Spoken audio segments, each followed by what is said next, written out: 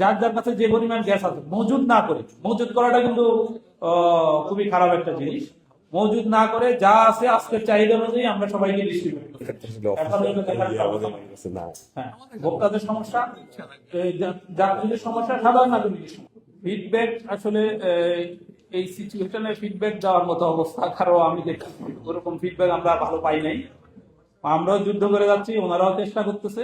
But আমার মনে হয় যেটা একটু তুলে ধরেন, এই বিপদের সময় যদি সহযোগিতামূলক আচরণ থাকে সমস্যার সমাধান কিন্তু কিছুটা হইলেও কমে আসে, সমাধান হয়ে যায়।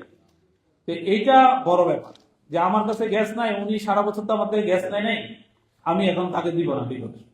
এটা আসলে একটা অটো গ্যাস স্টেশনকে মালিককে না দেওয়া মানে কি, যারা গ্রাহক এলপিজি পরিচালিত গাড়ি যারা কাস্টমার, সে পাবলিক হোক আর হলো ব্যক্তি হোক, আর সে এটা ট্রান্সপোর্ট যখন হয় তখন এটা তো যাত্রী পর্যায়ে ইফেক্টটা চলে যায়, তাই না?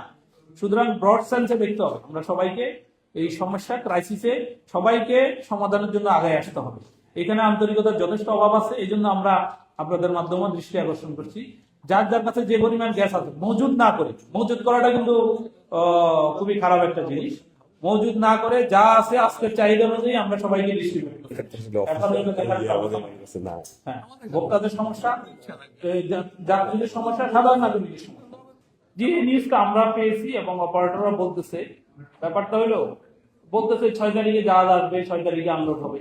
6 তারিখের আশায় থাকি, 6 তারিখ কিন্তু আনলোড আর হচ্ছে আবার বলতেছে 9 তারিখ, 9 তারিখের জায়গায় বলতেছে 12 তারিখ। তো কিছু হচ্ছে না যে তা না, কিছু আবার হচ্ছে। তো এটা আমাদের চাহিদার বিপরীতে অপর্যাপ্ত। হ্যাঁ, আমাদের মেইন ইয়া হলো একটু রেশনিং হবে। আমাদের অটো গেছে যে 10% জ্বালানি দরকার, বিআরসি লো আপ, যাতে অ্যাটলিস্ট তাদের এই সরবরাহটা নিশ্চিত করে, কারণ এটার ইয়েটা অনেক সুদূর প্রসারী এটার সমস্যাটা।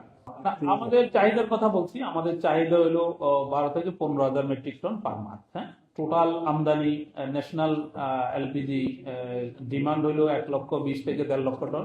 সেই হিসাবে আমাদের 10% আমদানি, এটা চাহিদা পূরণ করা অত কঠিন ব্যাপার না।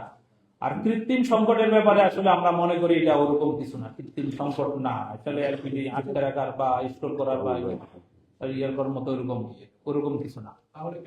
হ্যাঁ, মার্কেটের সংকটের ব্যাপারে যেটুকু নিউজ হচ্ছে, সাপ্লাই চেইনে ব্যাঘাত ঘটছে, অনেকের জাহাজ দুর্ঘটনায় কবলিত হয়েছে।